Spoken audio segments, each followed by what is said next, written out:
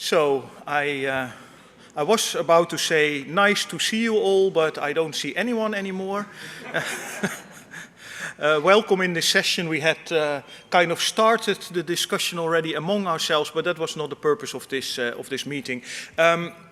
What we want to talk a bit about this morning is the trust and identity services in a global context. We really like to say that EduRoam and EduGAIN are truly global services, and to a large extent they are, but there are all kinds of details that do trip us up from time to time, and we want to explore with you how we can improve on things. Ideally speaking, this will be a very interactive session. Also, don't wait before I ask if there are any questions. If at any point during this session you think, this is something I want to know more about, I have a question here, just walk up to the mic and we will address your question. This is supposed to be your session. We talk to each other all the time. And it gets a bit old, in all honesty, but let's not go there. We have a panel of, I think, 3 awesome speakers. And before handing over to them for a little introduction, I'll start with myself, Klaas Wierenga, GEANT. And at GEANT I'm responsible for the above-the-net services, so that includes the trust and identity services. And for those that don't know GEANT, we are the European Association of National Research and Education Networks. And as part of the things that we do, we facilitate the running of EduGAIN and the global EduRoam Federation. And that's precisely the reason why we have this session here, because we see that there are here and there some tensions, and we want to explore them a bit further. I'll start to my immediate left. Paul, can you introduce yourself briefly? I hope this works. Yeah, it works. So my name is Paul Axon. I'm working at SUNET in Sweden. SUNET is the Swedish NRN. Doing what Internet 2 does, doing what InCommon does, doing much good, interesting stuff, even with other organizations within Sweden. My part of this is I'm the one leading the Swedish Federation SVAMID all the way, and I'm also very involved in the international work and is currently the chair of the EduGAIN steering committee. Martin? Yeah. So hello, my name is Maarten Kremers. I'm from the Netherlands. I work there for SURF, which is the Dutch Research and Education Network. I'm working there on the Trust and Identity Department. Amongst others, we run there our own federation, just like InCommon here we run SURF Connect. Besides working directly for SURF, I'm also involved in what's so-called the GEANT project. The GEANT project is basically a collaboration of all the national research and education networks, so all the European Internet 2s, together with GEANT as the pan-European Internet 2 of Europe, in a project delivering services, amongst other the trust and identity services, and I'm responsible for the work package that deliver the global EduGAIN and EduRoam Federation, and that's why I'm here. Kevin? Hi, I'm Kevin, and I'm relieved. I'm relieved that Klaas said 3 excellent panelists, because I was afraid he was going to say 2 and 1 mediocre. My name is Kevin Maroney. I do trust and identity and Net Plus cloud services things at Internet 2 and InCommon. And I prefer to see Kevin wearing an orange shirt after the US has been defeated by the Netherlands in the World Cup, but hey, we have a few years to go to build up to that again. Before I have a couple of questions I will ask the panel, but Paul graciously accepted to give a short introduction on the topic area to basically kickstart the discussion. So, Paul, can I hand over to you?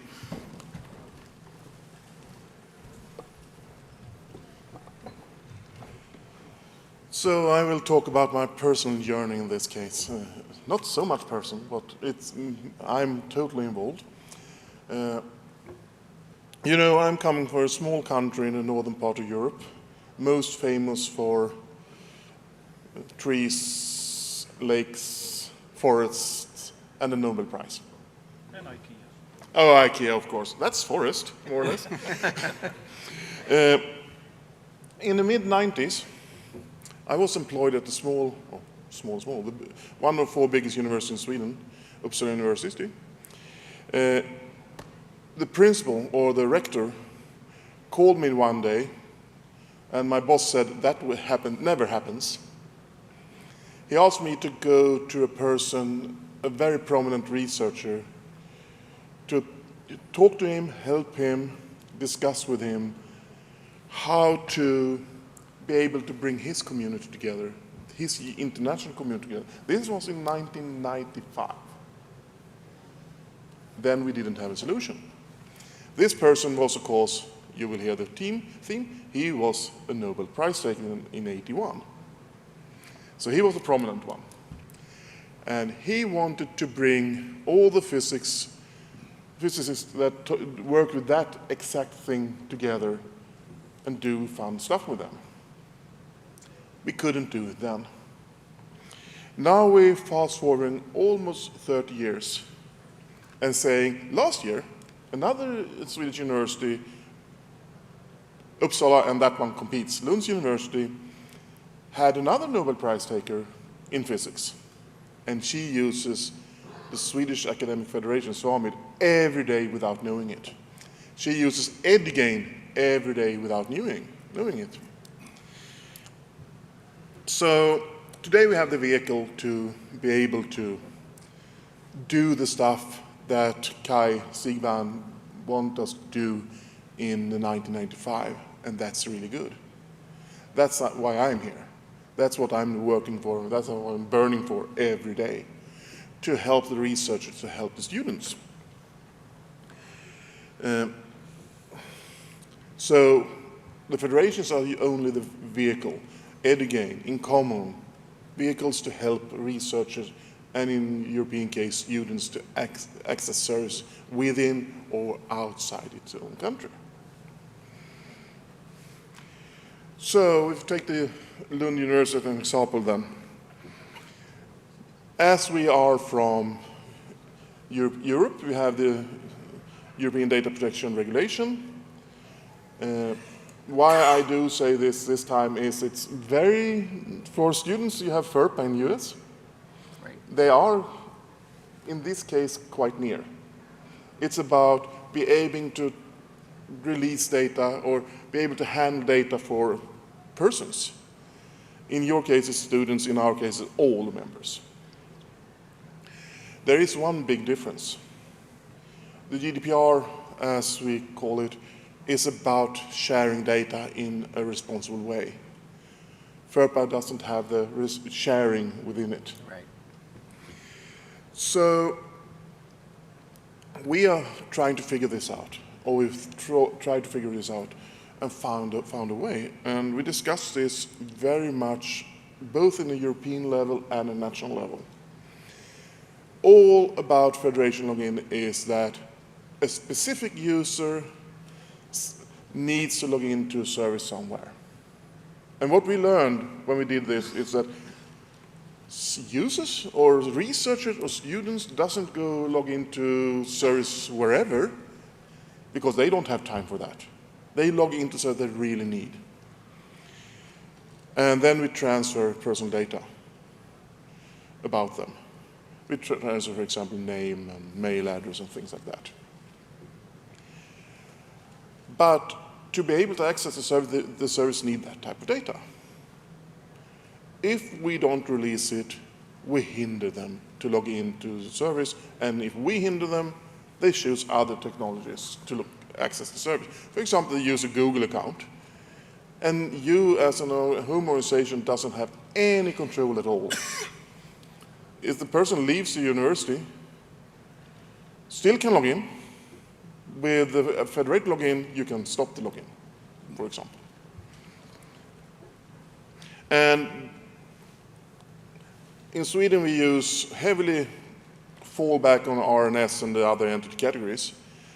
So a home organization can do automatic or manual, observed manual risk analysis or decision if you want to release or not data to this service. Most organizations do, in our part of the world, automatic, not manual. So the employees log in, of course, to the local, of course, national and international services multiple times each day, and they don't know it. The specific within Sweden is that we have big consortia services. Most universities have gone together and created one big student information system that administrators, teachers, professors log in to grade and administrate students. But also, of course, services like Zoom, services like LMS systems like Canvas, and so on and so on. And here you don't see, they don't never see the federation. They just see that it works to log into a service, but it's federated. And most of them are, as we heard yesterday, local service for that organization. That can always be, it's always been other federated, especially for research. You log into, for example, CERN, or you log into the European HPC centers, and so on and so on. But they don't know that they are using the federation. This is quite important. So for the researchers, this is fundamental that it works. And it works quite well in Europe today. What doesn't work is outside Europe, between outside into Europe. And researchers are not geographically bounded, so they are everywhere. That's a very important thing. The next thing is that in Europe also students use the federation internationally, use even national of course also, but for example, for student exchange or student mobility, they log in, they're using the home organization credentials to log into services to be able to be admitted, to be able to do all the administrative work around it, but also they may also use their home organization account to log into that new university systems to do stuff, like proofing and self-URU. And one big thing that is European Union financed is the European virtual universities. That means that universities all over Europe goes together and create virtual universities so students can pick courses and then get a degree from a local university, but they are reading these courses all over Europe, normally virtually. So that is what I'm started to want to just to put out the table and see what we are thinking about, why we see that EdGain and National Federation is so important. So here, that was the table.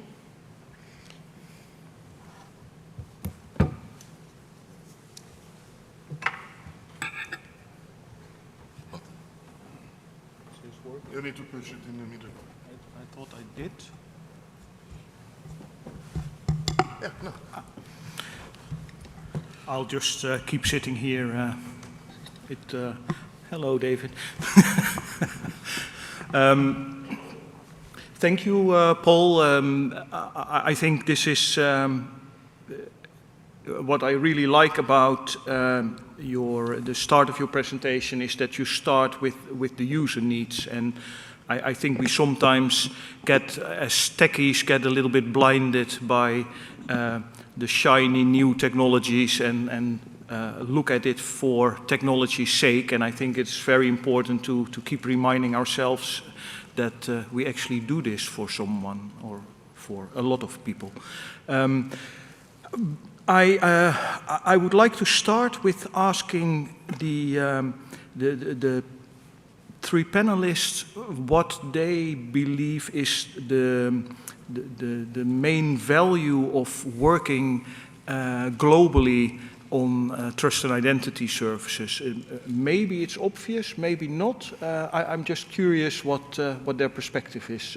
Can I start with you, Kevin? Certainly. So, Klaas, you posed the question as, kind of why do you, or what value do you see in it? And I see it as compulsory. To fail to interoperate globally is to fail in our mission.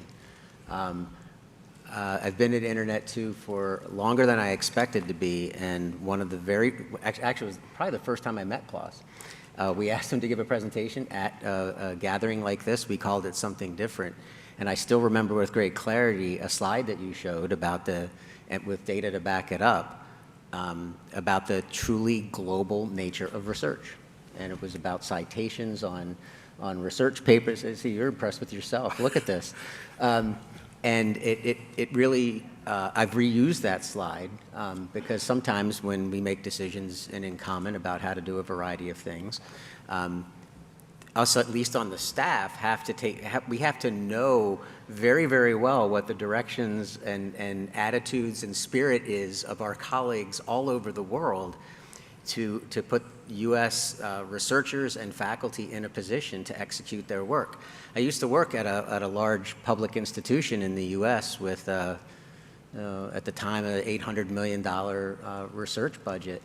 And one of the hardest lessons I learned, I didn't realize this when I first started working in higher education. I started serving some faculty in the chemistry department, and I had the department head who was ended up being a lovely mentor. She pulled me aside at one point and she said, "Kevin, you do realize that those two chemists sitting next to each other in this hallway don't care at all about one another. In fact, they're competitors. They care more deeply about their collaborators in San Diego and in Stuttgart, all over the world. That is where their discipline affinity is." And with 7,000 faculty to serve in this just one institution, I can't predict where those affinities are, so I better be able to interoperate with the world. So it's a compulsory feature of doing this kind of work. Turns out we want to do it, but we really are compelled to do it by our mission. So one of the things that, coming from a small country, the Netherlands, that is very obvious when I look at the larger countries, and in this space, the US is by far the largest country, is that there is this tendency that you also see in large enterprises, and that is, we can do it ourselves. We don't need anyone else. We have all the skills on board. We have the money. Why would we need to collaborate? Can you respond to that? I can try. And I actually jotted this down in my notes in preparation for the panel, and I thought it would be more apt for another line of discussion, but I'm going to use it here. So typically at these kinds of events, I'm delightfully surrounded by fellow nerds and geeks. And if you spent any time at all paying attention to the James Webb Space Telescope and what it took to design, build, launch, and do operations for that, it was a global event. The NASA logo was on the side of the rocket that sent it up, but there were other logos that might not have been as familiar to you that were all the European Space Agency, for example. The U.S. in these contexts that we're kind of talking about here is big, but so what? The nature of the work that an organization like NASA, National Institutes of Health, National Science Foundation, they're funding work that requires global collaboration, and we're in the business of designing, building infrastructures to enable that global collaboration. Size doesn't matter. One of the things that our colleagues at the National Institutes of Health constantly remind us of is that, yeah, we end up expending a lot of money with large research universities in the US and in other places, but we also grant awards to people at much smaller institutions, and they have value to bring, they have knowledge to create, and we want to tap into that perspective and into those disciplines. So it's easy to fall it's easy to fall into the trap of thinking that size matters, and it does in terms of operations, but not in terms of mission. Oh, that was strong. Somebody going to take me on that one? I see nobody at the mic, so I guess everybody agrees. Maarten.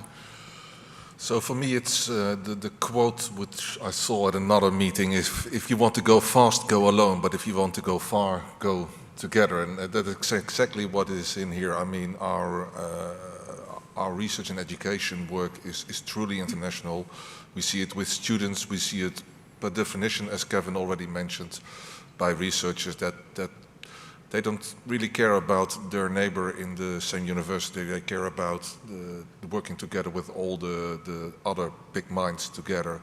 And to enable that collaboration, it's for us to enable and to deliver a seamless service that enables that collaboration. That's for me the reason why also international is so important, because we need to do it together. Yeah, I think, well, maybe one word I would add to that is also the word fun. Anyone that has worked in the commercial sector will immediately recognize the difference with the sector we are working in. I said that yesterday in another panel as well. There is nothing like an event like this, and you have immediate access to a world-renowned expert and who is willing to share all his knowledge with you. And I think that is really unique. And I think what Maarten says about if you want to fast, go alone, I think by us going together, we have come very far, and we can go very far, much further than we could do alone. So that resonates very well with me. Paul, you have said some things about it already. Yeah. Do you have something to add? I have, of course. Of course. I can never be quiet. So I was afraid that we would not fill the whole time slot, so I got people that like to talk, so unlike me. So I'm an identity specialist, has been for since the 90s. When I started, I felt very alone, extremely alone. What I have now is a good community from all over the world. From Japan, from South Africa, from South America, from US, Canada, not at least Europe. It's a very good community where we learn from each other from our perspective. That's my personal perspective. But if I look at it from the research perspective, for me as an IT person at the university that I was until 10 years ago, I didn't know who the researcher in a specific department was working with in the world, what services they needed to go and access, and so on and so on. So we needed to find a way of just make it happen. And that is what we are doing in this in federations, and that is the most important. We are making things work without being there, and that is the fun part. I see we have a question, Maria. Oh. Keep. Oh. No. There we go. It makes quite sense what you are saying today. Right now, that's why I stood up, because I'm very concerned about collaboration. So I would like to ask you, and all of you, how do we raise the bar globally when the entrants are so different in their maturity? How do we put them all together on top? Thank you. Very good question. Very good question. Yeah. Hey, I have to be on another panel. No, it's a great question. Yeah. So it's not only, I can expand that, and saying the NRNs are different levels, the federations are different levels, but also the home organizations, the institutions are at different levels. So how do we support that? As good as we can, is my answer. We're trying to figure this out. We are a small federation, about 50 IDPs, 500 services, plus EdGain. We are still 4 FTEs doing this. But if you take, for example, Estonians, they are 0.1 FTE to running the federation. So what I am, Martin, trying to do is help them, support them, bring them on to be, just be there for them. That's a community of federation operators. It is, and to me, it's also it's part of the things we also prepared for this. As you said, our services are truly federated. So we have some top-level services, the EduRoam top-level domains. We have the national roaming or the operators or the federation operators. We have the home institutions, and exactly what you say. We see that both federation operators and home institutions are sometimes very well established and well funded. Other times they're absolutely less established and less funded. And for all kinds of reasons, what we see people, we do consider, and that's well known now, that trust and identity is one of the crown jewels of RNE IT support. But you see that it's sometimes very hard for sometimes reasons that people have budget caps, that they're part of a government which are limited in what they can do. You see that they have a limit in headcount, and then sometimes or often first the network comes, and then trust and identity is for that matter still considered as a second echelon of what's needed. And yeah, what we can do is help them, one hand, bottom up, by providing support and providing them hopefully also services that make their life more easy, and hopefully from a top-down perspective we can influence the decision makers that they also need to enhance their user, or not the user base, but the support and the funding for their federations and their home institutions, by truly showing that we do enable research by enabling trust and identity. Anything to add? Do you have time to take more syllables from me? So I had a couple of thoughts, and one of them is very complimentary to what you just said. But you know, I've had an IT job for many decades now, and I ended up in this space for one really good reason, and that is the spirit of the people that belong to it. The biggest, most obvious problem that the world could have in the challenge that you describe is if people were of a mindset to scale the wall and take the ladder up with them.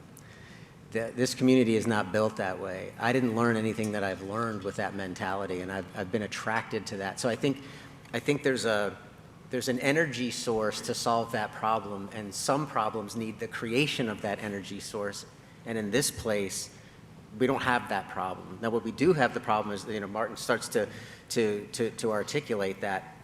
So there's an opportunity for help, but one of the things that, in a different context, that I've seen work is to help those who need help to understand how to even ask for it, right? So there's 3 steps, right? It's okay to ask for help. You have to learn how to ask for it, right? You need to be able to articulate it, and then you need to be able to receive it as well. And I think that those are things that we can help put into action as well. But the biggest complementary point that I had in my head is that, and we do this in an in common context, but it's at a different layer. I would personally be more than happy to go anywhere in the world to help sell the value of federations within the NREN organization or within the government. I mean, it doesn't matter to me. I mean, I could help be a salesperson to help achieve that outcome. And Martin said the same thing, right? I mean, I think a bunch of us would be willing to do that. I'll stop there, Klaas. We can say that Klaas is doing that, I'm doing that, and I know Martin is doing that. I think we're all doing that, Yeah. and one of the things, it is incredibly rewarding. There are few things that are as rewarding as going somewhere, helping people to get to let's say the entry level, and see that they pass you left and right once you help them to get on the way. If I look at what happens with EduRoam in Uganda, what RNP in Brazil does with EduRoam, it's just amazing. And in the end, I can be cynical about it and said, in the end, we benefit from it, but we all benefit. And it's in all our interest that the whole R&E community as a whole moves up.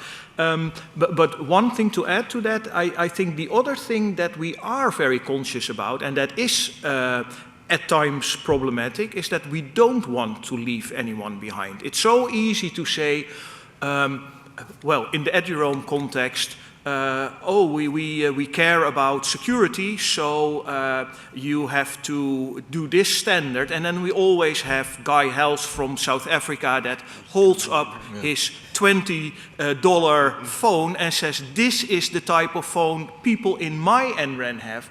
How can we make sure that we don't leave them behind? And when it's about EduGAIN, about identity federations, we would really all collectively like to raise the bar and have baseline assumptions, but we know that it's really going to be tough for some to meet those. So we are constantly trying to keep people on the program, basically, and that is again something that's very different from other environments. You let the weak ones stay behind, all the more of the pie for us. David, nice to see you in front of me. I couldn't see you anymore. I was hiding around the side there. Hi, David Wild from ARNet in Australia. A question, and maybe this is peculiar to Australia. So we're the NREN, we are not the Access Federation. So that's two different organisations in Australia, the Australian Access Federation.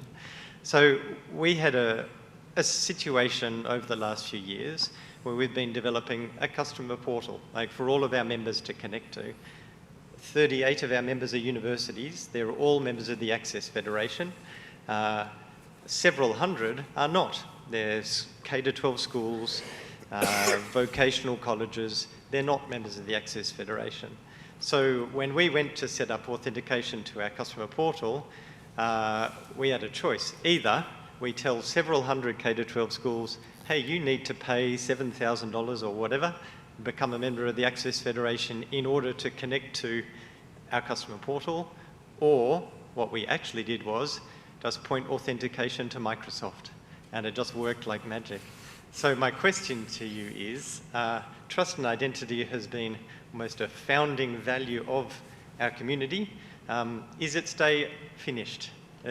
Is the competition, like it's now a commercial, it just works magically out in the commercial world? Is it time to stop and just let Microsoft do it for us, or Google, or Facebook? How do you say hell no in Dutch?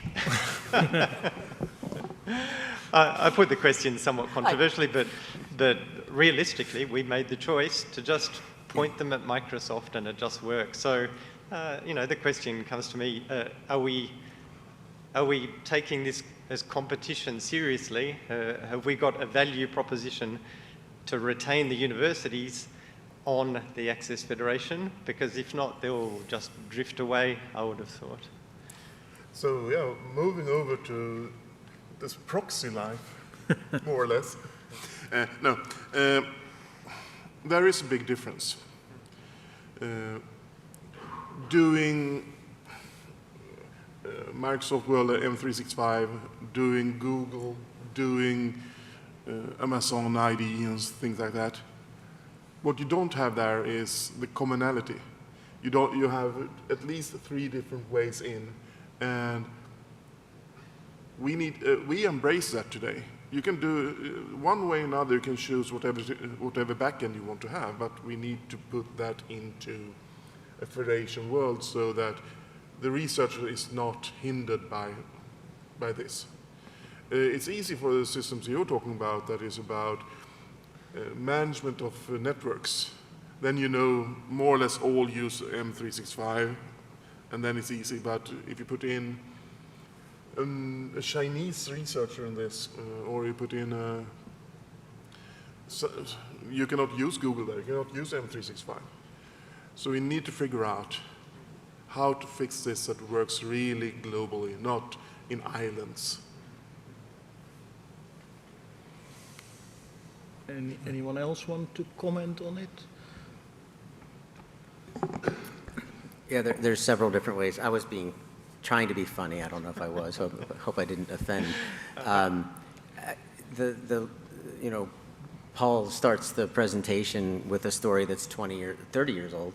The landscape of well, I'm going to scope this to U.S. because you guys might feel differently, but when this kind of work started in the U.S., Facebook wasn't started yet, right? Google wasn't around, really.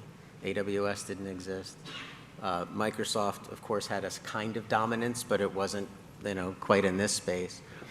And what ended up, in my opinion, what ended up happening here domestically is that the tools that were developed to solve a very sort of unique set of use cases to scholarship, all of a sudden the use cases expanded because, oh my gosh, we need to do these kinds of things all over the university.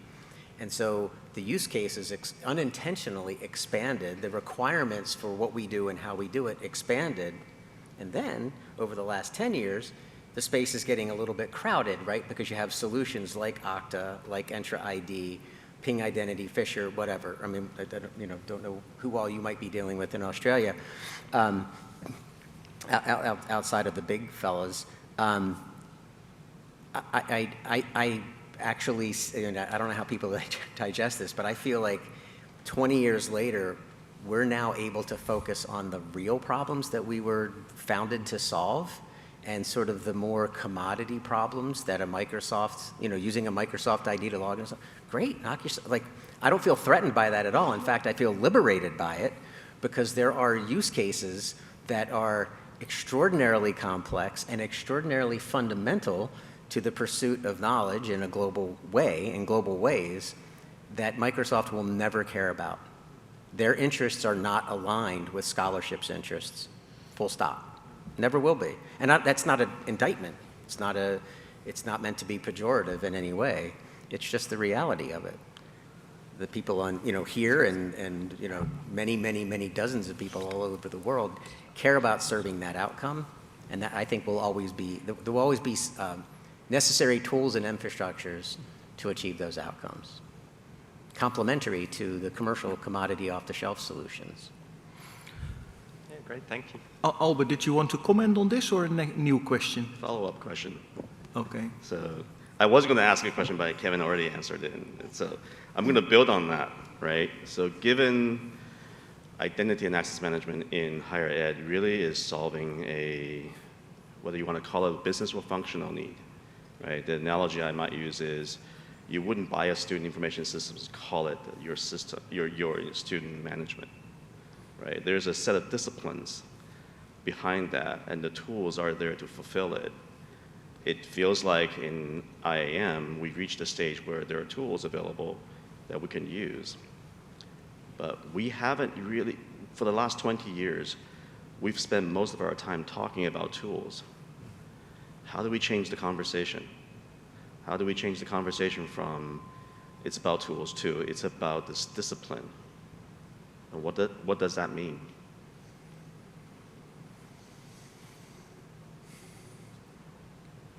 Takers? This was a hard one. Yeah, that's why I'm looking at you guys. May I? Yeah, of course. Well, I don't know if this is meant, well, Albert will tell me because he's honest, if this scratches the itch. But if any of you in the room endured the Futures 2 presentation that Mark Wallman let me do most of, I had in that presentation this notion that over the last 30 years or so, we throw around the word information technology, and I break it down into actually 3 components: technology, information technology, and information.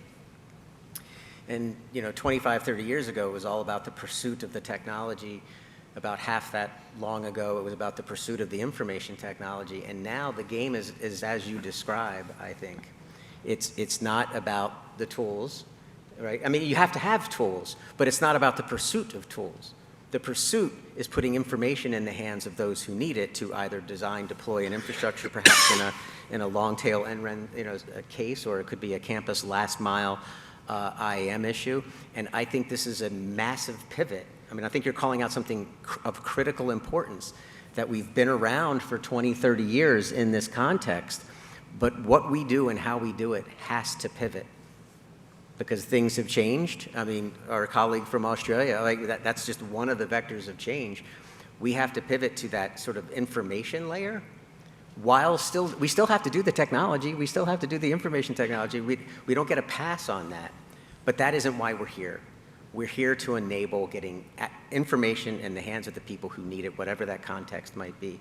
I'm not answering your question as the how, but I think achieving the how starts with defining the problem, and I think you've done a good job articulating the problem, and I think I can find this in all of the conversations we're having domestically and globally in this space as well.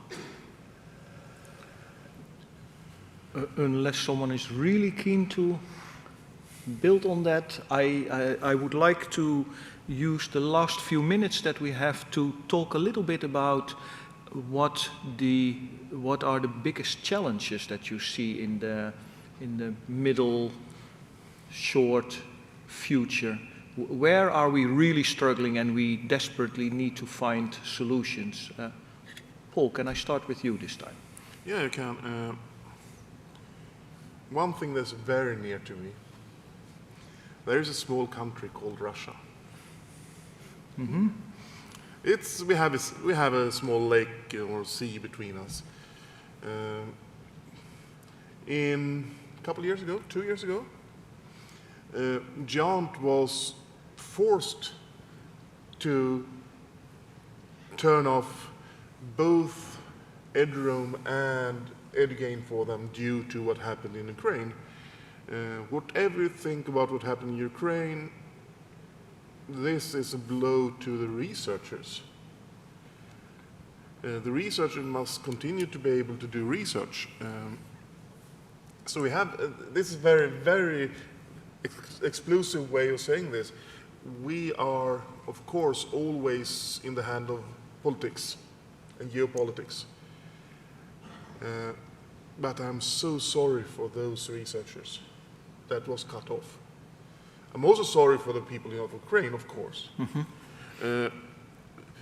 And this is a real big problem, and this is not a problem only in this case. We have also the Great Wall of China, or the Great Firewall, as people say, and so on and so on. And this is what I see the biggest problem in the short run is, and we need to figure out how to make that work, but also how to get the long tail in, how to be able to get CIOs at universities to understand why they should not bother by where the users log in, but enable them to be able to log in.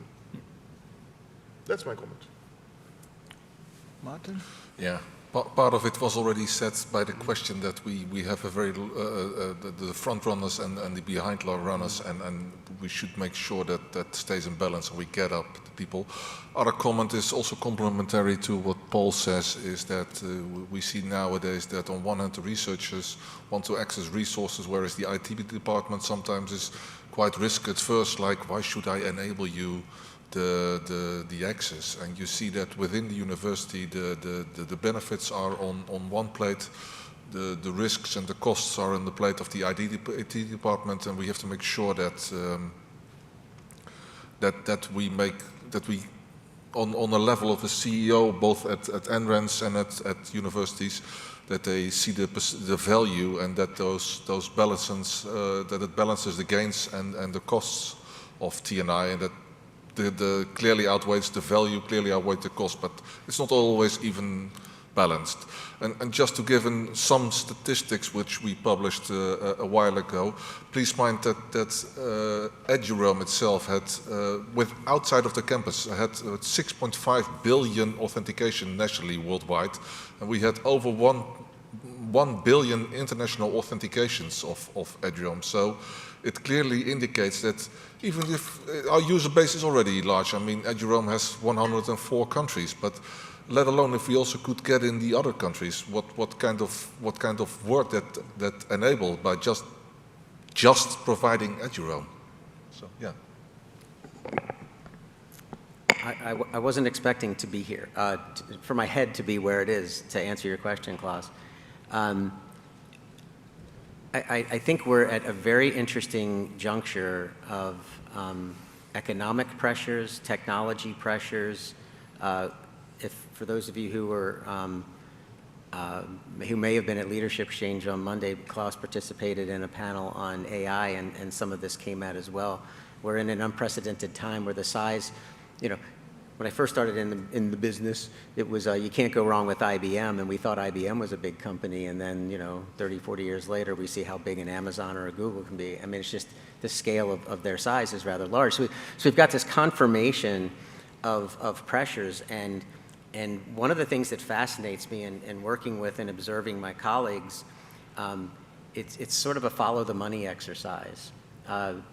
The manner by which, our business models, if you will, our funding models in the US, in the Internet too, and in common contexts, is very different than how you all get your resources to execute your agenda, and that ends up that tensions in ideas for the future can show up in those differences, and I think we're heading into a period where those differences are going to become even greater, and that could be a threat to our ability to work together, not in spirit and soul, but in practical terms. And I think I really am delighted and pleased and grateful that you all would come such a great distance to be with us, because it's funny to me that we're in the business of helping to mediate asynchronous digital trust, but trust still comes down to sometimes having enough dinners, eating enough food with someone to know that when they say they'll do something, that they'll do it, with you and for you. So these kinds of interactions, these kinds of gatherings, the gatherings that we've been invited to